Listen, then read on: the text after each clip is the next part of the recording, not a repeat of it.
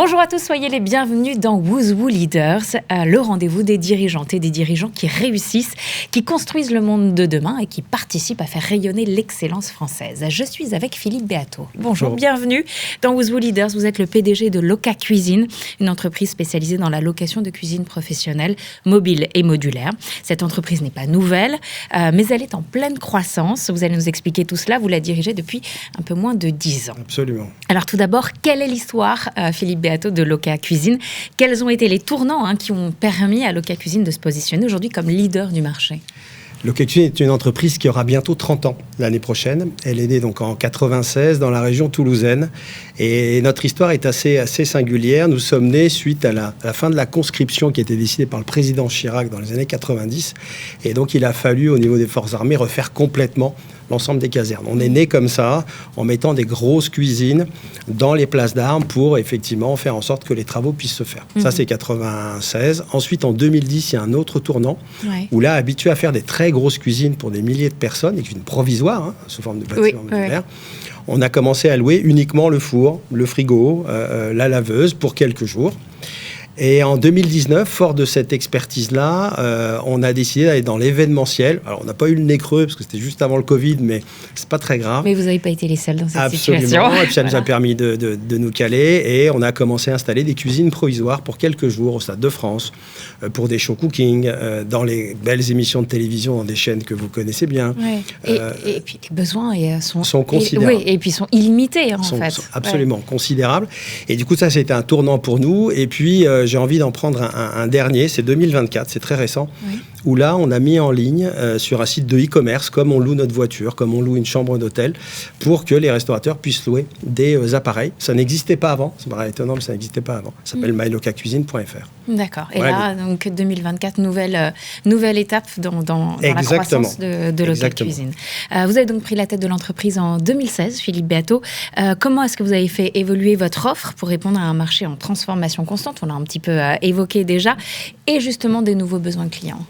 Alors, en fait, nous, on est au cœur du métier du restaurateur. On va travailler avec des restaurateurs de tout type. Et le restaurateur, lui, dans la vie de sa cuisine, il a des moments où il a beaucoup d'activités, d'autres où il en a beaucoup moins, d'autres où il faut qu'il fasse des travaux, parfois des sinistres aussi. Et donc, nous, en fait, on a 5 grandes caractéristiques pour répondre à ces besoins et à ces moments clés de la vie du restaurateur. Le premier, c'est d'avoir beaucoup de diversité et de choix. Le restaurateur, quand il a besoin de matériel, il peut faire appel à nous. On a un peu plus de 150 références. Ensuite, il a besoin de qualité. Il a besoin de retrouver chez nous les marques iconiques, celles qu'il connaît, comme quand on loue une voiture, on aime retrouver la voiture qu'on aime bien ou celle qu'on n'a pas, etc. Ensuite, il a besoin effectivement que ce soit ultra fiable. On a 99,6%, alors ça fait un peu République bananière ce chiffre, mais c'est la réalité, il faut que ce soit très, très fiable. Très simple aussi, la location doit être quelque chose qui se passe très très vite. Et puis, in fine, il faut que derrière... Rien de tel, l'enfer de recevoir quelque chose. Exactement. Et donc, que la logistique soit parfaitement adaptée. Ouais. Et donc, ces besoins-là, on a tout au long de ces dernières années, avec le site de e-commerce, avec un service client très développé, avec énormément d'innovation, on y reviendra peut-être plus tard, mis en place des solutions qui permettent vraiment aux restaurateurs, petits, moyens ou grands, d'avoir des solutions dans ces moments de vie qui sont particuliers pour les. Vous avez un petit exemple d'un projet qui montre l'agilité de votre entreprise? Une petite anecdote? J'en ai plein, on travaille en France depuis 30 ans. En fait, chose qui vous a marqué? Qui nous a marqué, mais alors s'il n'y en a qu'une, mais je vais en faire deux, si vous permettez, Ophélie. La première, c'est l'année dernière, 2024. Nous avons équipé l'ensemble des sites de compétition des Jeux Olympiques à Paris, avec plus de 200 cuisines, 11 millions de personnes qui sont venues acheter à manger dans nos sites. C'était les athlètes, c'était le grand public. Ça permet à ceux qui nous regardent de se dire « Ah, du coup, je suis passé potentiellement à côté. » À coup sûr. Alors, il y a eu un peu d'attente parfois, mais ce n'était pas nous. Voilà. Cuisine. Ça, c'est la première. Mais je dirais ce qui me paraît le plus marquant, c'était hier, c'est une école à Toulouse où le four est tombé en panne et ils sont venus, on l'a loué en 24 heures. C'est un centre de foyer pour jeunes adultes hier à Taverny et on a effectivement mis une armoire froide supplémentaire. Bref, c'est aussi le quotidien et ça c'est très agilité, rapidité. Absolument, et être capable, finalement, comme on loue une voiture, comme on loue une chambre d'hôtel, d'avoir pour les restaurateurs ce type de matériel. Alors, très important, chez Loka Cuisine, Philippe Beato, votre croissance, vous la voulez aussi vertueuse. Au cœur de votre entreprise, il y a l'humain et la responsabilité environnementale. Au-delà donc des performances économiques, évidemment, c'est extrêmement important dans toute entreprise.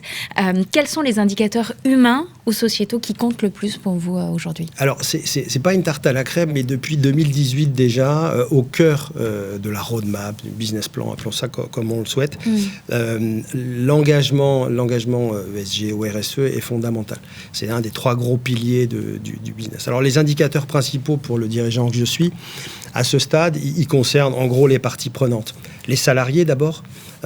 On déplace beaucoup de machines, parfois très importantes, je vous le disais. Donc la sécurité de nos propres salariés et des utilisateurs est au cœur. Et on sait ce que c'est. On a été marqué il y a quelques années par un accident relativement important causé par un prestataire. Donc du coup, d'abord la sécurité de nos salariés et des utilisateurs. Une cuisine, c'est une usine dans laquelle il y a beaucoup d'eau, beaucoup d'électricité. Et donc tout ça est absolument fondamental. Ça, c'est le premier point. Donc l'accidentologie, si vous voulez. On est très fiers d'avoir un record très récent, 674 jours sans accident de travail. Ceux qui gèrent des activités comparables aux nôtres savent ce que ça veut dire. Oui. La seconde chose, c'est les clients, évidemment. Les clients ont besoin d'informations, donc de data, de souplesse, de mesures pour réduire les consommations électriques, pour réduire les consommations en eau. Pour décarboner, il faut mesurer. Et ça, on a beaucoup progressé là-dessus. Et donc, on a des indicateurs très, très particuliers. Et puis ensuite, évidemment, au niveau aussi de l'environnement, on a baissé notre impact carbone. C'est ce qu'on a choisi de faire, parce que la responsabilité RSE, elle est très vaste.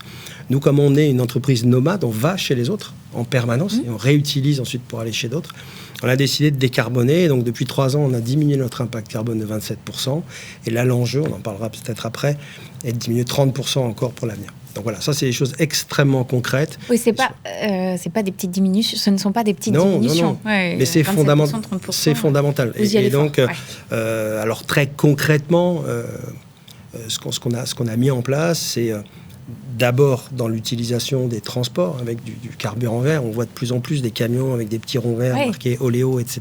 Donc c'est plus de 30% de notre activité avec du rail-route quand c'est de la très longue distance. Donc ça, c'est un exemple concret de l'engagement RSE que vous avez. Vous avez un autre exemple ? Un autre exemple, c'est la mise en place de matériaux innovants comme par exemple des chambres froides qui n'utilisent pas des gaz à effet de serre, des panneaux photovoltaïques qui permettent de produire sur les cuisines aussi de l'énergie. Bref, tout un tas de dispositifs innovants permettant aux utilisateurs d'avoir un minimum d'impact carbone. Alors, je le disais au début, vous êtes en pleine croissance. Ça ne va pas s'arrêter là. Je crois que vous avez de grandes ambitions. D'après vous, comment vont évoluer les besoins de vos clients dans les années à venir ? Et donc, comment vous allez vous y adapter ?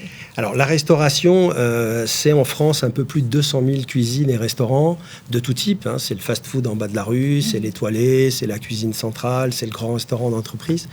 Et donc, les besoins sont absolument divers. Mais ce qu'on identifie, c'est que finalement, la location, c'est-à-dire cette capacité, cette souplesse, est relativement peu utilisée. Et il y a 3 axes dans lesquels on identifie des solutions. Le restaurateur, d'abord, est dans un métier qui évolue extrêmement vite, aussi vite que la société. La restauration est devenue hybride. On mange dans des musées, on mange dans les stades, on mange à l'école, on mange dans les magasins, etc. Et donc, le restaurateur, quel qu'il soit, a besoin d'adapter son infrastructure à cela, avec des temps d'amortissement, de ROI, qui sont de plus en plus courts. Donc, la solution locative, de courte, de moyenne ou de longue durée, s'adapte à ces besoins-là, ne serait-ce que pour faire des essais, tester, etc. Ça, c'est le premier point, l'évolutivité, la modularité. Le deuxième point majeur, c'est la rareté de la ressource.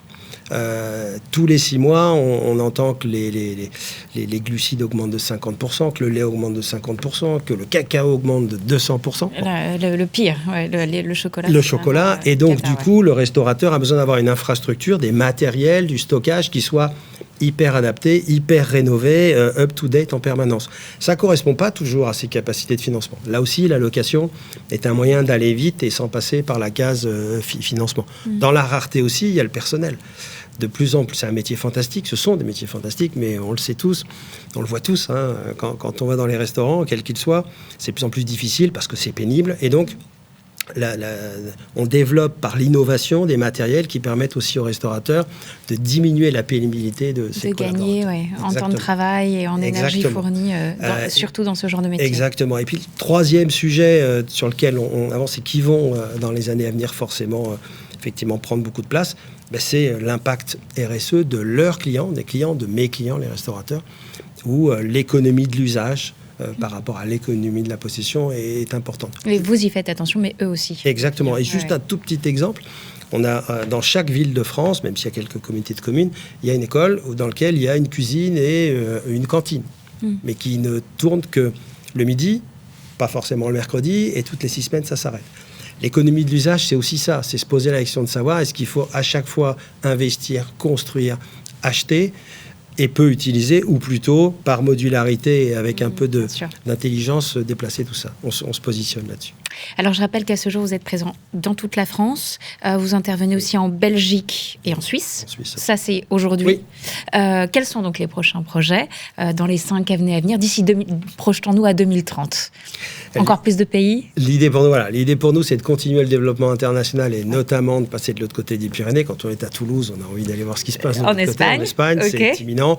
En Italie aussi, et les Jeux Olympiques, on espère, sera aussi un tremplin comme on l'a fait ici en France, donc le développement international. Mais plus largement, l'idée, c'est de se rapprocher aussi de nos clients, dans le cadre du souci effectivement d'efficience et de gestion de la ressource, donc par des plateformes.